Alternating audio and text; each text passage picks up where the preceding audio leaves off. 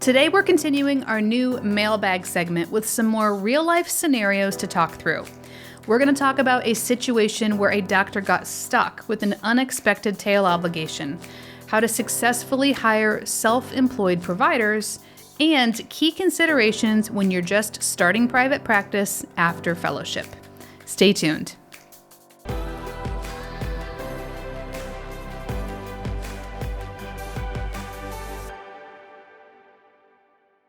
Welcome to Malpractice Insights, the show dedicated to helping healthcare professionals understand medical malpractice insurance and providing you with the solutions you need so that you can get back to the work of practicing good medicine.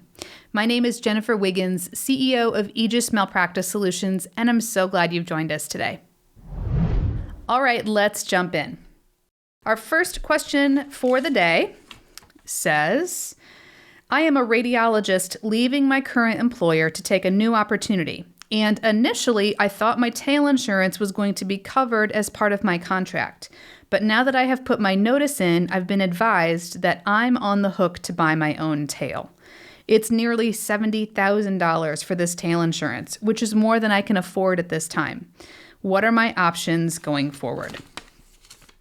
Okay, so this doctor called me rather frantically a couple of weeks ago, and there are really three options for you if you find yourself in this situation. And by the way, before I jump into that, let me just also tell you, we have a previous episode on how to successfully negotiate your tail insurance with some tips on some things you should be doing before you sign your contract.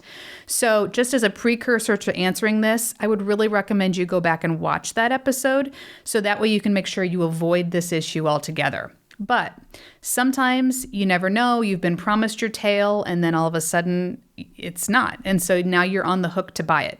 And we all know that it's really important that you do it. So there's three different ways we can accomplish fixing this for the doctor. So option number one, obviously, is that he can just buy the tail from the current carrier. It's not ideal. It's going to be $70,000, give or take. The other option for him would be that he could actually shop around. So if you don't want to buy tail from the carrier that's issuing it to you, you can actually just go to market. There are lots of different companies that offer what's called standalone tail coverage. And this just means they weren't the insurance company that covered you before, but they're willing to sell you just a tail policy. And usually you can find a much more competitive rate if you go to market. So that's option number one. Option number two for this doctor is because he's going to a new employer and he's on a claims-made policy, it's possible that he could simply just continue his coverage with the new employer and not buy the tail insurance right now. So let's say his retroactive date covers him back to like July of 2020. If he were to move to this new employer and they were willing to pick up his prior acts for him, he could simply carry that retro date forward, and then the new employer would continue that coverage for him going forward. So this just defers the need for tail insurance because he can carry that retro coverage forward into a new policy. Now, sometimes new employers don't like to do this. They like to have a clean break from your old job so that you can start with them fresh. But it's worth asking because that's a huge burden, a $70,000 tail that you could potentially avoid if they would be willing to do that for you. The third option for you is you can continue your malpractice insurance just on your own. So if the group is not willing to pick up your prior acts and then add you to their policy, what you could do is you could just simply continue your malpractice insurance as an individual. So you're not going to be joining your new employer's malpractice policy. Basically, you're just going to carry your own malpractice insurance on your own. Now, again, you'd have to talk to them to make sure they'd be comfortable with you doing this, but carrying your own individual coverage is another way for you to defer that tail insurance because you're going to continue with that retroactive coverage on your own. And then essentially you'll be paying for your own premiums, you'll be managing your own policy. So that's a third option to consider. So we've got buy it from the current carrier or shop around. We've got ask the new employer if they can pick up your prior acts. And the third option is to just carry your own individual policy going forward, not taking the group's coverage. So those are really your best three options in this specific situation. Now, I will tell you how this was resolved was we were actually able to find him a much more effective or cost-effective tail. I think he found a tail for $38,000, which is still expensive, but it's a whole lot better than $70,000. So that's actually how this one was resolved. But those are your three options if you find yourself stuck with a really expensive tail. Okay, question number 2 today in the mailbag says, I am an administrator for an anesthesia group, and we are hiring 2 new anesthesiologists on a contract basis. Each of these providers has their own individual LLC. What is the best way to cover them along with their entities? Okay, so if you are hiring independent contractors to join your practice, you can cover them one of 2 ways. You can either add them to your existing malpractice insurance, essentially covering them just like you would an employee, or you can have them manage their own malpractice insurance outside of the group. Now, obviously, if you add them to your group, then they're going to get probably a little bit better rate because they're going to get your group discount on their premium. Versus if you ask them to just manage their own separate malpractice insurance, they're not going to get the benefit of that group discount that they would get if they were with the rest of your providers. So once you've kind of figured out if you want them in your group or if you want them to manage their own separate policy, the second thing you'll have to figure out then is how to handle this LLC or entity coverage for each of them. So depending on the state where they practice or where you're located, the rules are slightly different. 90% of the time, LLCs can simply be added to an individual doctor's policy at no additional cost. And essentially, you can share your policy limits with your LLC. So let's say the doctor's name was Dr. John Smith and his LLC was John Smith, MD, LLC. Well, John Smith's individual policy can simply just get an endorsement added onto it that shares coverage with the LLC. And there's not any additional premium to do that. But what it does do is it shares the policy limits between those 2 insureds. So if there was ever a claim and it named the doctor and the LLC, you would have the one policy limit to cover both named insureds. So again, it doesn't cost you anything more to do it that way, but it is a little more limited because you're sharing coverage.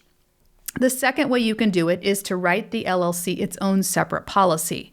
Now, in some states, like Indiana, where I'm located, you have to do this anyways because the state of Indiana won't let you share coverage with a business entity. So you could write a policy for Dr. John Smith, and then you could have a policy for John Smith, MD, LLC, and it's a separate premium.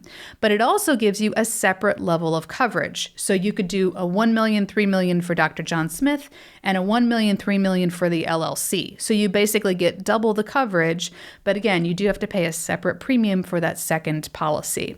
So once you decide again if you want them under the group or on their own, and then you decide how you want to cover that LLC, either shared or on a separate policy, you can kind of figure out which combination is the right fit for you.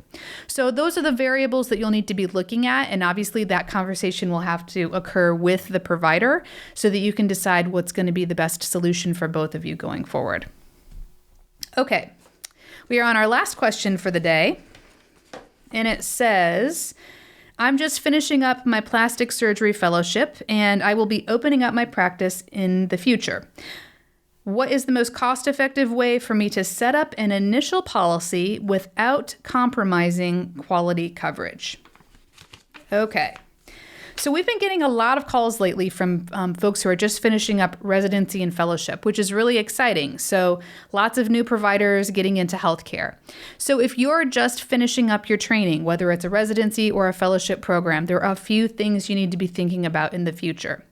Number 1, you need to be thinking about how long it's going to be before you actually start seeing your first patient. It could be that it's 6 months from now, 12 months from now, 18 months from now. So you really need to be thinking ahead in terms of how far away that is. When you go to apply for your malpractice insurance, you'll basically need to get that date kind of locked in because that will be your kind of gauge of how soon you can start working on applications and getting all of your quotes. Most malpractice insurance carriers will not approve an application any sooner than 90 days before you're going to see your first patient. So you can fill out an application and go ahead and get some quote options, but carriers cannot lock in the policy for you until you're within that 90-day window. So work with an agent or a broker to figure out when the timing is right to start that application process so that you can get some initial numbers to take a look at, but then remember, you won't be able to lock in a policy until you're closer to your actual start date of practice. So that's number one. The second thing, and we've talked about this before, is as a new to practice provider, you will be getting a pretty substantial discount on your first year premium. So make sure that you're looking at options for both claims made and occurrence coverage, and know that you're going to get a nice discount, probably 50 to 75% off your rate for your first year in practice. The third thing I would recommend is to also consider what your practice is going to look like in the future. So is it just going to be you? Are you going to have a medical assistant or an RN? Are you going to hire another doctor or potentially an extender like a nurse practitioner or a PA? So kind of get an idea of what the future might look like for you, and that will also help you with your conversations with your agent on what kinds of coverage to set up for you day one. So if you're just going to be a solo provider on your own, you can just get your own individual policy, and then you'll probably just want to share your policy limits with your business entity day one. But as the practice grows, as you begin to hire more providers and more extenders, then you might need to pivot and carve the LLC or the entity out separately, and then make sure that everybody in the practice is covered appropriately. So lots of things to think about, but it's a really exciting time. So just keep those three things in mind. So your time frame, make sure you're comparing both claims made and occurrence options because you are going to get that nice discount. And then the third thing is just to think about your structure. So what kind of providers, how many, what kind of a business entity are you going to have? And that will really help guide your conversation with your agent. If you have any questions on these topics, or you want to make sure that you're covered appropriately, click the link in the description box below where you can connect with us via phone, email, or chat today. And if you're listening, please visit us online at aegismalpractice.com. That's AEGIS malpractice.com. And please don't forget to give us a like and leave a review. Your feedback and support helps us to reach more people, and we're so grateful for your clicks and your kind words. This is Jennifer Wiggins. Thanks for joining us.